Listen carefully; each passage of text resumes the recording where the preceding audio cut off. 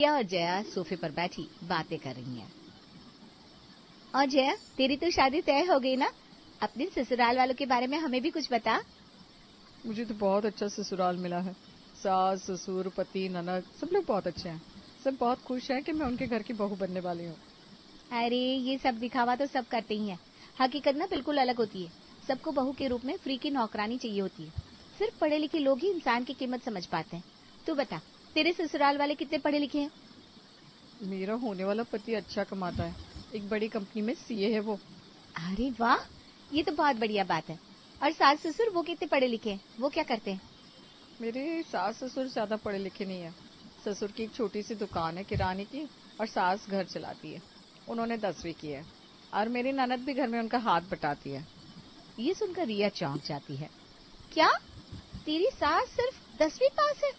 अरे बाप रे, जया तो ऐसे घर में शादी कैसे कर सकती है जहाँ तेरे पति के सिवा कोई पढ़ा लिखा तक नहीं है? अरे वो लोग बहुत अच्छे हैं रिया, ऐसा मत बोल। पढ़ाई सब कुछ नहीं होती, इंसान की सीरत का भी महत्व है। जया, तेरे ससुराल वाले पढ़े लिखे तक नहीं है, उन्हें क्या ही आता होगा? ना बैठने का सलीका, ना बात करने की तमीज, ना कोई डिग्री, ना कोई मैनर्स। ऐसे घर में तो शादी कैसे कर सकती है? मैं होती तो कभी ऐसे घर में शादी ना करती। अच्छा ये बात है। चल तू बता, तुझे कैसे ससुराल चाहिए? मैं ऐसा ससुराल चाहती हूँ जहाँ सब पढ़े लिखे हो। सास भी, ससुर भी, पति भी, ननद भी। आखिरकार मैं खुद इतनी पढ़ी लिखी हूँ। सबके पास बड़ी बड़ी डिग्री हो। पढ़े लिखे लोगों की बात ही अलग है। अच्छा, ऐसी क्या खास बात है पढ़े लिखे लोगों में? पढ़े लिखे लोगों की सोच छोटी नहीं होती। बहुओं को जॉब करने से नहीं रोकते, ना ही घर के काम करने को कहते हैं, ना कोई हर छोटी छोटी बात पर रोक टोक करते हैं। देखना, जब तू ससुराल जाएगी तो सारे घर की जिम्मेदारी तेरे सर ही मर देंगी। मैं तो अब भी कहती हूँ इस शादी को मना कर दे और कोई पढ़ी लिखी फैमिली ढूंढ, वरना बाद में बहुत पछताएगी। रिया, मुझे अफसोस हो रहा है तेरी सोच पर। तू डिग्री देखकर शादी करना चाहती है। शादी इंसान देखकर करनी चाहिए। अगर इंसान का मन साफ है, लोग समझदार है, तो जिंदगी अच्छी चलती है। कम ऑन जया, ये बड़ी बड़ी बातें ना सिर्फ किताबों में अच्छी लगती है। रियल लाइफ ऐसी नहीं होती। कोई इतनी बड़ी बड़ी डिग्री ऐसे नहीं ले लेता। उनका स्टैंडर्ड हाई होता है, सोच खुली होती है। रियलिटी बेस्ड पर बातें कर जया। मेरा काम था तुझे समझाना, बाकी तेरी मर्जी। ठीक है रिया, मैं भी बस तुझे समझा सकती थी, बाकी सच्चाई का आईना तो जिंदगी ही दिखाती है। कुछ ही दिनों में जया की बड़े धूमधाम से शादी हो जाती है। रिया के लिए भी लड़का ढूंढा जा रहा है। एक से बढ़कर एक पढ़े लिखे लड़के को रिया रिजेक्ट कर रही है।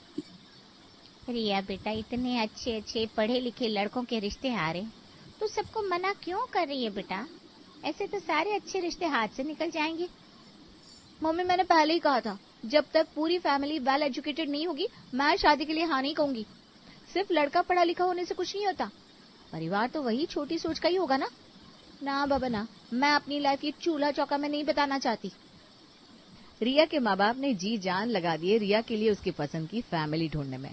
आखिरकार उन्हें ऐसी फैमिली मिली जहाँ सब पढ़े लिखे हैं। लड़का इंजीनियर है, ससुर भी इंजीनियर, सास ने भी पीएचडी की हुई थी, और ननद वो भी एक बड़ी कंपनी में जॉब करती थी। रिया तो मारे खुशी के उछल पड़ी। ढूंढने से तो भगवान भी मिल जाते हैं, तो ये तो पढ़ी लिखी फैमिली ढूंढना था। आखिरकार मुझे मेरी ड्रीम फैमिली मिली गई। अब तो मैं राज करूंगी, राज। रिया की शादी बड़े धूमधाम से होती है। रिया बहुत खुश है। वो अपने ससुराल जाती है। शादी के बाद का पहला दिन रिया अपने कमरे में आराम से बैठी है, तभी उसकी सास डॉली आती है। अरे बहू, तुम अभी तक बैठी हो? सुबह की चाय का टाइम हो गया है। अब तक तो टेबल पर चाय आ जानी चाहिए थी। खैर, आज पहला दिन है तुम्हारा, इसलिए कुछ कह नहीं रही हूँ, लेकिन कल से लेट मत करना। हमारे घर में सब टाइम से चाय पीते हैं। ये सुनकर रिया का मुंह खुला रह जाता है, लेकिन वो नई नई बहू है, इसलिए कुछ कह नहीं पाती। डॉली वहां से चली जाती है। आज पहला दिन है ना, तो शायद सबको नई बहू के हाथ की चाय पीनी होगी।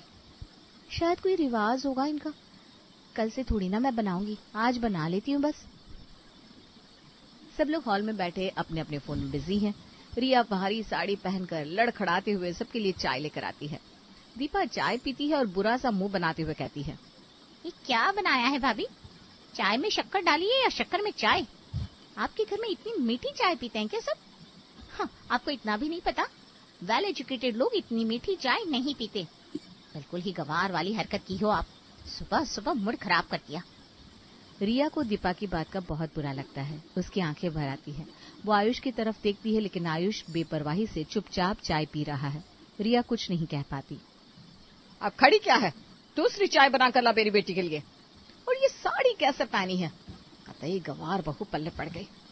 माफ कीजिए दीदी, सॉरी मम्मी जी, अगली बार ध्यान रखूंगी। अब खड़ी क्या हो, जल्दी से नाश्ता भी रेडी करके दो, मुझे ऑफिस के लिए लेट हो जाएगा।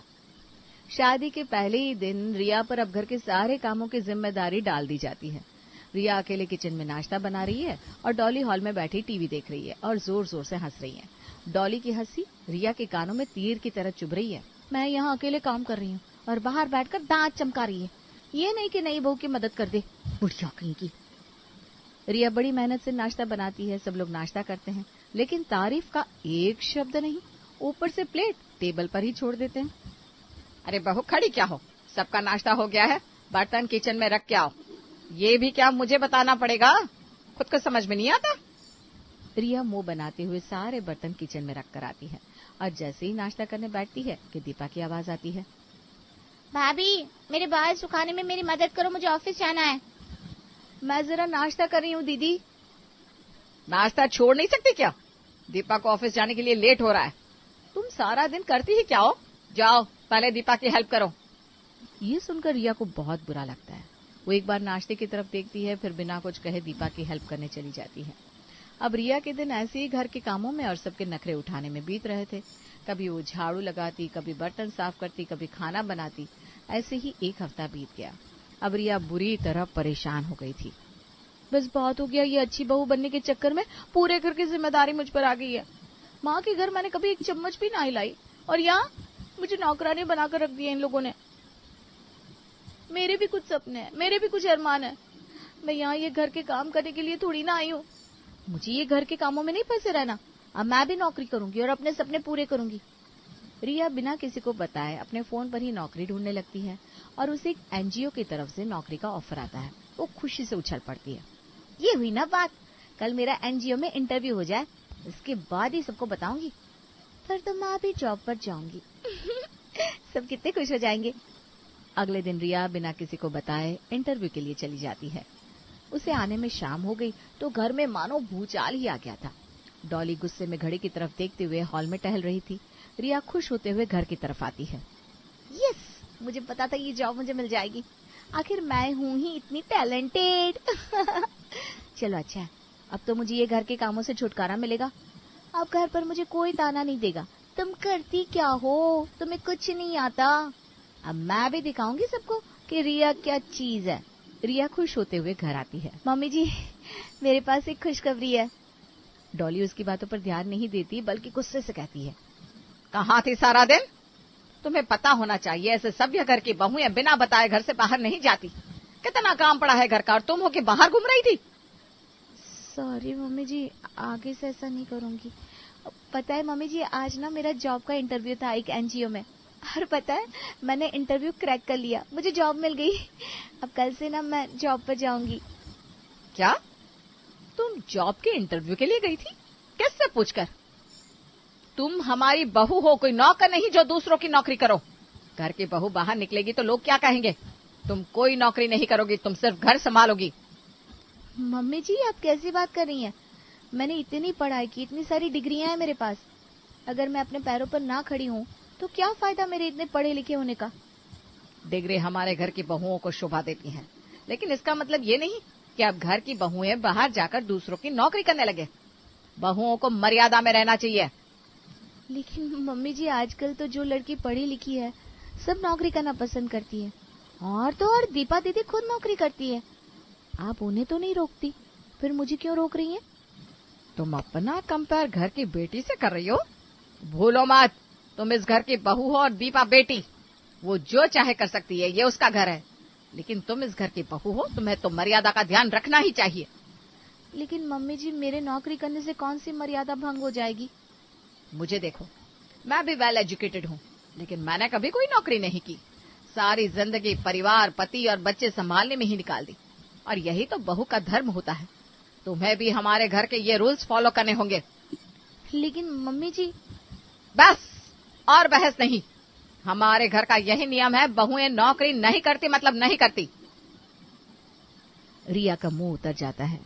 उसकी डॉली के सामने एक नहीं चलती। वो मन में सोचती है, मम्मी जी इतनी पढ़ी लिखी होकर ऐसी बातें कैसे कह सकती हैं। मुझे आयुष से बात करनी होगी, अब वही मम्मी जी को समझा सकते हैं। रिया रसोई का काम खत्म करके कमरे में आती है। उसका चेहरा थका हुआ था, लेकिन आंखों में एक दृढ़ता थी। वो अपने पति आयुष के पास जाकर बैठती है। आयुष, मैं तुमसे एक बात करना चाहती हूँ, प्लीज ध्यान से सुनना। मुझे बहुत नींद आ रही है, कल सुबह बात करेंगे। नहीं, बहुत जरूरी बात है, सुनो ना। क्या है, बोलो। मैं एनजीओ में नौकरी करना चाहती हूँ। मेरी जॉब लग गई थी, लेकिन मम्मी जी ने मना कर दिया। प्लीज तुम मम्मी जी को समझाओ ना, मैं भी अपने पैरों पर खड़ा होना चाहती हूँ।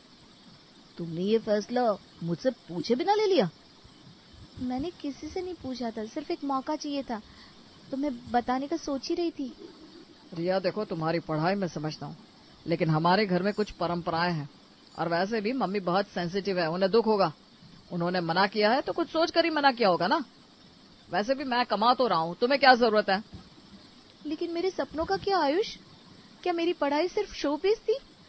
दीपा दीदी भी तो नौकरी करती हैं। दीपा इस घर की बेटी है, तुम बहू हो। बहुओं से थोड़ी और उम्मीदें होती हैं। तुम्हें घर संभालने पर ध्यान देना चाहिए। देखता हूँ आए दिन दीपा और माँ को तुम्हें समझाना पड़ता है। तो क्या सिर्फ इसलिए कि मैं बहू हूँ मैं अपने सपनों को मार दूं? क्या तुम भी यही सोचते हो कि बहू सिर्फ घर के काम के लिए होती है? और वो लोग कैसे मुझे सुनाती हैं, तुम्हें ये सब सही लगता है? आयुष कुछ पल चुप रहता है, फिर थोड़ा भड़कते हुए कहता है, हद है यार, अब मैं सारे काम छोड़कर ये लेडीज पंचायत करूं? देखो रिया, तुम्हें अगर ये सब करना था तो शादी से पहले ही बता देती। हम सब बहुत पढ़े लिखे हैं, लेकिन हर घर का एक तरीका होता है, और मुझे लगता है तुम्हें उसमें ढलना चाहिए। इतना कहकर आयुष सो जाता है। रिया को ऐसा महसूस होता है जैसे उसके पैरों के नीचे से जमीन खिसक गई हो। जिस इंसान को उसने सबसे प्रोग्रेसिव समझा, वही उसकी आजादी का विरोध कर रहा था। अब तो उसकी आखिरी उम्मीद भी टूट गई। रिया की आंखों से आंसू बह निकले। सुबह उठकर रिया टूटे मन से फिर से घर के कामों में लग गई। ऐसे ही दिन बीतने लगते हैं। अब तो रिया ने इसे ही अपनी किस्मत समझ लिया था। एक दिन रिया डॉली के साथ सब्जी मंडी सब्जी लेने गई थी। उसके दोनों हाथों में थैले थे और डॉली खाली हाथ चल रही थी। डॉली उसे और सामान पकड़ाती है। अरे कैसे पकड़ाए सामान, हाथों में दम नहीं है क्या? सारा दिन बस खाना खाना, खाने के अलावा करती क्या है? कितनी सुस्त बहू पल्ले पड़ गई। अब तो रिया को डॉली के तानों की आदत सी हो गई थी। वो उदास मन से सब सुनते जा रही थी। तभी रिया को उसकी सहेली जया अपनी सास शांति के साथ दिखाई दी। दोनों सास बहू ने सामान की थैली पकड़ी हुई थी। जया, तू कितने दिनों बाद मिली? हाँ रिया, क्या करूँ, टाइम ही नहीं मिलता आजकल मुझे। आज थोड़ा टाइम मिला तो सोचा मम्मी जी के साथ शॉपिंग कराऊं। हाँ, तो सही कह रही है। घर के कामों से फुर्सत कहाँ मिलती होगी तुझे भी? घर के काम? और नो, मैं जॉब करती हूँ। घर के सारे काम तो मम्मी जी ही कर लेती हैं। इनफैक्ट मुझे तो एक काम को हाथ नहीं लगाने देती। संडे को भी कहती है जाओ घुमाओ, क्यों ये घर की जिम्मेदारियों में फंसना। रिया ये सब सुनकर बुरी तरह हैरान रह जाती है। जया का हाथ पकड़कर उसे एक तरफ लेकर जाती है। ये सब तू क्या कह रही है जया? तेरी सास तो सिर्फ 10वीं पास है ना, उन्होंने तो कभी नौकरी भी नहीं की होगी, फिर तुझे नौकरी करने की परमिशन कैसे दे दी? हाँ, उन्होंने कभी नौकरी नहीं की और वो ज्यादा पढ़ी लिखी भी नहीं है, लेकिन उनकी अंडरस्टैंडिंग बहुत अच्छी है। वो मेरे सपनों की और मेरी बहुत कदर करती हैं। मम्मी जी कहती हैं मैं सिर्फ उनकी बहू नहीं हूँ बल्कि उनकी बेटी हूँ, और मैं जो चाहूँ वो कर सकती हूँ अपनी लाइफ में। क्या तेरी सास तुझे बेटी की तरह मानती है? हाँ, और तो और मेरी सास मेरी दोस्त बन गई है। जब भी मैं थकती हूँ वो मेरे लिए चाय बना कर लाती है। जब मैंने जॉब शुरू की ना तो वो घर संभालने लगी। कहती है बेटा तू अपनी उड़ान भर, घर हम सबका है तो सब मिलकर देख लेंगे। ये सब सुनकर रिया की आंखों में आंसू आ जाते हैं। और मैं, जिसे लगता था कि डिग्री सब कुछ है, मेरी पूरी फैमिली इतनी पढ़ी लिखी है, लेकिन सबकी सोच इतनी पिछड़ी है कि उनको लगता है कि बहुएं सिर्फ घर के काम के लिए है। ये सुनकर जया हैरान रह जाती है। ये तो क्या कह रही है रिया? तेरी ननद भी तो जॉब करती है, फिर तुझे जॉब क्यों नहीं करने दे रहे वो लोग? क्योंकि उन लोगों को बेटी और बहू में अंतर करना बहुत अच्छे से आता है। उनके घर में बेटी जॉब कर सकती है, बहू नहीं। तो तू उनसे कहते क्यों नहीं कि तू भी जॉब करना चाहती है? वो लोग ऐसे कैसे कर सकते हैं? मैंने बात की थी जया, मेरी एक एनजीओ में जॉब भी लगी थी, लेकिन मुझे मम्मी जी ने करने नहीं दी। उनका कहना है जब उन्होंने जॉब नहीं की तो मैं कैसे कर सकती हूँ। तुझे तो बहुत गलत ससुराल मिल गया। शादी से पहले तूने जांच पड़ताल नहीं की थी क्या? मैंने तो बस ये देखा था कि पूरी फैमिली पढ़ी लिखी है। मुझे लगा पढ़ी लिखी फैमिली मॉडर्न विचारों की होती है। लेकिन कितना गलत थी मैं। रिया, पढ़ाई हमें नजरिया देती है, पर दिल अगर छोटा हो तो बड़ी बड़ी डिग्रियां भी रिश्ता नहीं निभा पाती। हमेशा इंसान की परख करके रिश्ते जोड़ने चाहिए, ना कि डिग्री देखकर। ये सुनकर रिया उदास हो जाती है। तभी पीछे से जया की सास की आवाज आती है। जया बेटा चले, लेट हो जाएंगे, तुम्हारा ऑफिस का प्रोजेक्ट भी तो है ना। जया अपनी सास के साथ चली जाती है। रिया का मुंह उतर जाता है।